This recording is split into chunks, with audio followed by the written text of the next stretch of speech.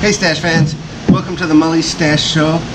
It is Saturday afternoon and it is quite hot out here. It's supposed to be raining all weekend and next week, and we haven't seen rain yet. I'm kind of hoping so because the grass is starting to get die and everything. Doesn't matter. Anyway, so today is actually kind of a special day. I got an email because I didn't even know, and it is my 1-year anniversary of getting the unicorn. Now it's sort of not actually it's not the anniversary of me of getting unicorn, but it's the anniversary of me purchasing unicorn. And as such, I got some cowboys to have with the unicorn.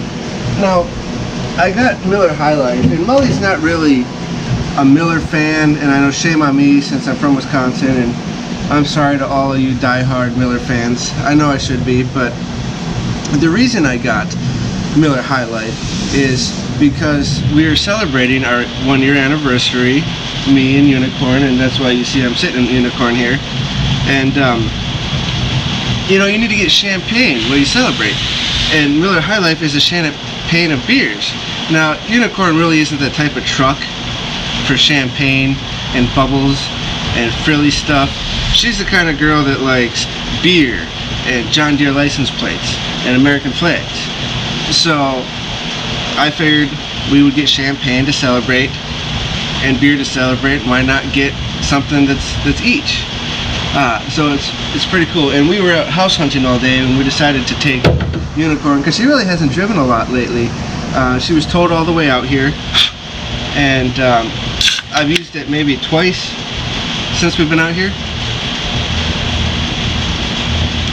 And the tractor was in here for a long time, so figured give her a good run while we went out looking. The roads are so bad here that the truck popped out of gear, I don't know, 3 or 4 times today. I was cruising the first few times, I was in 3rd gear going about 15 to 18 miles an hour, and you'd hit bumps and it'd just pop right out. And the other time I was in 4th gear going about 24 miles an hour. So these are pretty bad roads, and because I am fond of this truck, I am considering getting a beater while I am here, a very cheap beater, and leaving my truck in case I absolutely need to have a truck, just use the beater for something. And now I know what you guys are saying, I have the motorcycle for that, and that's true as well, but I'm quite fond of that motorcycle as well, so I like to keep that chained up. And these roads are pretty bad. The ideal commuter vehicle, I think, would be a very small dual sport motorcycle like a Yamaha XT 250. And the reason I say that is because they're sub 300 pound bikes, so it's half the weight of the BMW. And they have a very light clutch on small bikes, you know, and the BMW, the worst part of driving in heavy city traffic is that clutch, you know, it's such a hard pull on the big bikes. And you know, those light bikes are very easy to maneuver, and they're very low priced, so if they get knocked over or dented, it's okay, it's not the end of the world. You know, these BMWs, brand new, well, they don't make this anymore, but the newer ones are well over 20,000 bucks. And now that does matter if you get the scratch, but something that's like 4,000 brand new doesn't really matter. I mean, it does, but you get my point. Anyway, I digress. I'm here to celebrate the unicorn, and I digressed a little bit because these roads are so bad. I don't want her to get damaged. The worst beat-up vehicles I've ever seen have been here. You know, even running the ambulance in the inner cities of Macon and Atlanta, I've never seen as many rough beat vehicles as I have here, so we don't want that to happen to Unicorn. Since I've had Unicorn, I know I have personally managed to put 2 dents in her. One, I was trying to lift my pedal bike over the side of the truck after a hard day at work, and I had to park and then ride. And I was picking it up and I slipped and I put the pedal into the side of the dent, or the truck, and it put a dent and a scratch. But the truck got even because it broke the sprocket on the bike on the ride home, so I guess that was fair. And then I dented the back bumper where I was trying to back into this parking garage. I was on the 5th story and I was backing up to the edge, and I backed a little too far and I used the guardrail to stop me. So I'm glad there's a guardrail because 5 stories would have been quite a long way to fall. I've done a few modifications, not really many because the truck was in so good condition. I think they were pretty much all cosmetic modifications for the most part. I changed some steering components, like some ball joints, and I don't think I did any other mechanical work to her. Some light bulbs, you know, basic maintenance. I did put an anti-theft tailgate lock on, so that's good. Oh, I broke the tailgate handle. And anyway, you know, I put the cool American flag sun visor with the John Deere license plate my mom got me, so that was cool. But I don't know if I ever told you the story when I got Unicorn. It was a very, very bizarre experience. I bought her 1 year ago today, but I didn't actually get her for like 3 weeks afterwards. And it's a horrible experience. I went in there, I had totaled the Jeep, and I had bought the Jeep back, the Wrangler, and I was rebuilding that, and I saw this truck for sale, and I couldn't believe it had a stick shift. And when I found out it did, I bought it. I knew I had the insurance money coming, and I'd sell the Jeep, that's fine. When I bought the Jeep back, I knew I was either going to fix it up and keep it and keep using it, or I was going to buy it back and there's going to be too many problems and I was just going to sell it as is, or I was going to, ideally what I wanted to do is fix it up and then sell it, and that's what I ended up doing. So I got what I wanted. I got the truck, which I needed a truck. I am fond of this truck. This has probably been one of the better vehicles I've ever owned. She's really good. Made it cross country, you know, twice driving, and not terrible on gas. Anyway, so I bought the truck, and they said it wouldn't be ready for a couple days because when I had bought it, they had just taken it in and they haven't even inspected it yet. And I said then they needed to paint the hood and the roof, some other stuff, and I said that's fine. I said I'll buy it as is. You guys can knock off the $700. And this dealer, they refused to negotiate whatsoever, and they even let me walk out, and they wouldn't budge on their price. Whatever. So I ended up going back and I ended up buying it, and they said it'd take a few days. I said that's fine, I'm in no rush, which apparently me saying I was in no rush meant I had to wait 22 days to get it. So it might have been my fault, I don't know. Anyway, so I went there, and when I said no rush, I thought maybe 3 or 4 days, and okay. And I called every 3 or 4 days and nothing was ready, nobody knew what was going on. And then finally it got inspected, and then it had to go out and get painted, and it still wasn't ready, And I would go and I would talk to the manager, and they still were unwilling to help me. So I finally called their corporate, and I ended up managing to get a rental car. They provided a rental car because I was without a vehicle at that time and I needed something, even just to pick up parts for the Jeep I was rebuilding. So there was that, and then the manager started calling and leaving me threatening and harassing phone calls. So I contacted Chevrolet, and they said there's nothing they could do because it's an independent dealer, not affiliated with them, and their corporate refused to talk to me. So I paid in full, upfront, 100% for this vehicle, and I didn't see it. Nobody knew what was going on. They wouldn't communicate with me. So I tried leaving a Yelp review, and Yelp wouldn't take my review because I wasn't a Yelp member. So now I am a Yelp member. I Yelp everything I can, so I build that street cred. And finally my review's on Yelp and people find it helpful.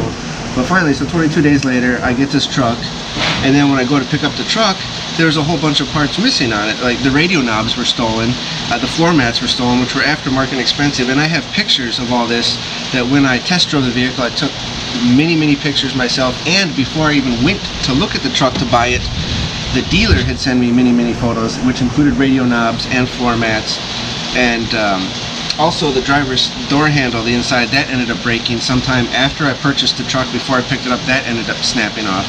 So these are things I expected to get fixed, which the dealer said they removed the floor mats and the radio knobs for safety reasons, which doesn't make sense. Radio knobs are like 20 bucks a piece.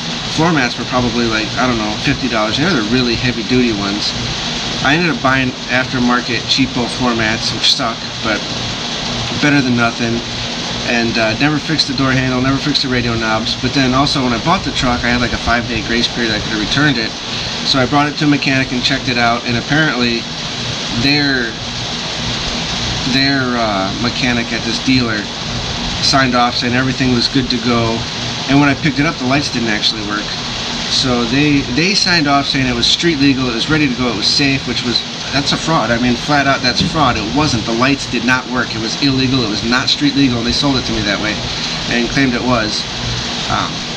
So the lights didn't work, stuff was stolen, and the steering was shot, and the brakes were shot. So I had to do all that. I did all that stuff myself. I forgot I did the brakes too. I didn't do the whole steering, which I need to.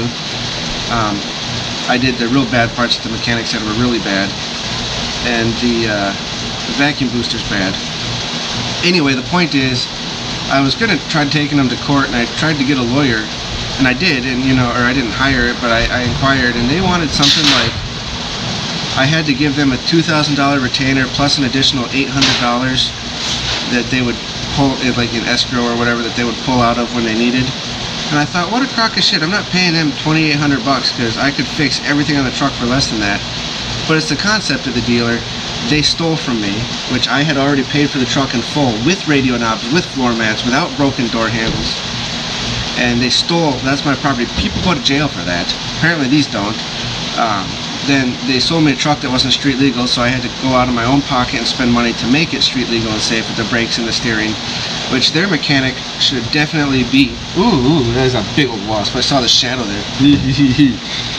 Their mechanic should be fired because he's obviously incompetent, or he should be in prison for creating fraud, or taking part in fraud, which I think all those dealers should be. And then harassment with the manager. I kept the voicemails literally calling me, harassing me, threatening me to stop trying to call corporate to get stuff taken care of.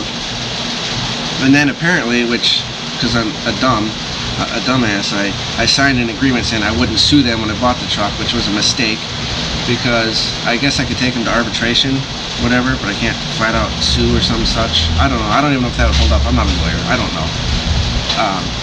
So there's that. But I looked into trying to get that money for the repairs, but it would have costed me more to go to the arbitration and stuff, whatever, to get legal advice to see what I needed to do than it would cost to repair, and that's crap. And then, so I didn't appreciate that. And then they sent me the documents, and apparently, like per the documents, they sent me the mechanics report showing what the mechanic checked, this 150-point inspection or whatever. Apparently, the cover sheet on that says that it's a classified document, that it's illegal for me to show that document to other people. I don't know if that's the case or not. It's really messed up. So I was very, very upset when I got Unicorn. I almost didn't keep her. I had a lot of sleepless nights in that $5 grace period wondering if I should keep this thing, just because of the hassle of what I went through to get her. That being said, I don't regret having her. She's a great truck. I absolutely love this truck. It's a very good truck. Has all that power with that V8. It's very well, it was low miles when I bought it. It's very well taken care of. There's some few dents and dings, but mechanically it's sound.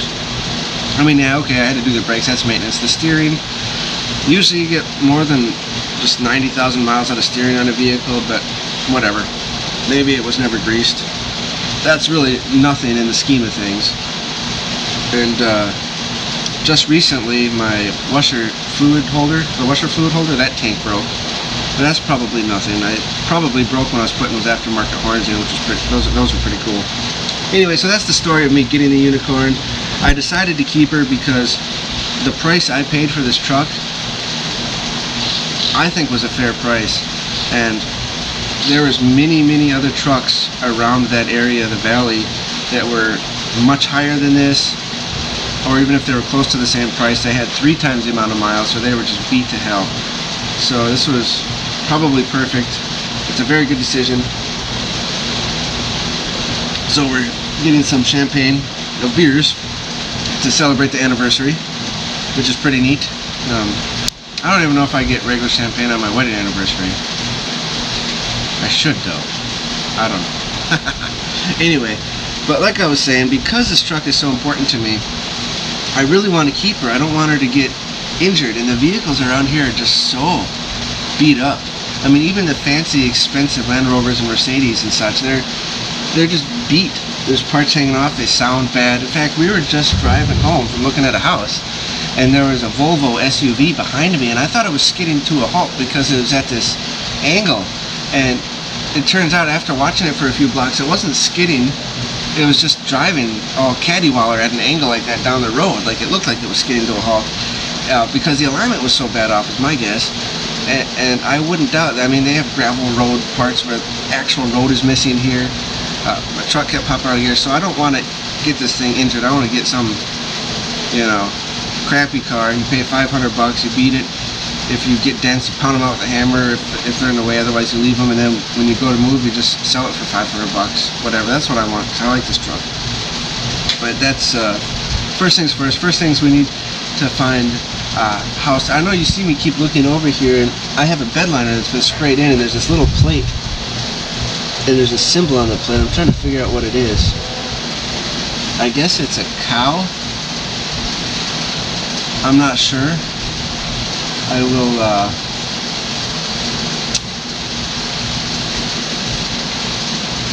I'll probably cut this out. Yeah, it's a cow. Anyway, so I'm just pretty much rambling here. I just want to tell you the story about getting the truck. And by the way, that dealer is AutoNation Chevrolet in Mesa, Arizona. Don't ever go there, ever. And everything I am accusing them of, I have proof of. I have reports from their mechanics and the mechanic that I brought into the day I picked it up. Conflicting reports. I have receipts of the parts that need to be replaced the day I picked it up. I have photographic evidence of parts that have been stolen and broken. So I'm not accusing falsely, and I'm not afraid to say that AutoNation are a bunch of criminals and liars, because I have proof to back up my words. So please don't go there. I don't go to any AutoNation anywhere, and maybe it's just this one Chevy dealer, but Chevy should be ashamed being associated with people like this, with scoundrels, with lowlifes like this. Shame on them, because Chevy's probably one of the better vehicles out there. They have been. I've had so many Chevys, and I've never had a problem, you know, aside from regular maintenance. And you know, the old vehicles from the 80s, people thought maybe they'd go 100,000 miles, whatever, and that was it. But I had two Chevy trucks from the 80s. Well, I had many, right? But one of them went 250 or so thousand miles before I sold it, and the other one went 300,000 miles on it. So this one just crossed over 100,000 miles, so I joined the Chevy Legends Club, which is pretty cool. And I've had other vehicles like Fords and other cars that I've never had that much luck. I had a Volkswagen Jetta way back, and that had nothing but problems. That was probably one of the worst cars I've owned. So, and I've had a Cadillac, which is really good. So I'm a firm believer in GM. I've had many Chevys, cars and trucks, and if you need to fix them, they're very easy to fix, but really I find they can take a lot more abuse or neglect or just everyday use without as many problems, or without even little tiny things like rattles or things that go loose or problems. So I'm going to keep with Chevy. I want to keep with this Chevy. I'm going to try not to drive it so much. I'm a little scared to ride the motorcycle in town here, because it's I almost got flattened yesterday when I went out. And it needs new tires. I got tires for the dry desert heat, not tires for the wet Louisiana road. So I'm going to get some new kicks on that pretty soon. Anyway, now I'm just sort of rambling so I can finish this beer. If it was good beer, it'd probably been finished. But it's 16 ounces of not good beer. But it's celebration beer, it's champagne. So, anyway, this was sort of just a rambling, but I wanted to say happy anniversary to my baby. And thanks for watching. Make sure you hit like and subscribe. And if you're a subscriber, you can hit that little notification so I don't have to remind you every time I post a new video. That would be awesome. Anyway, thanks for tuning in to the Mully Stash Show, and we will catch you guys next time.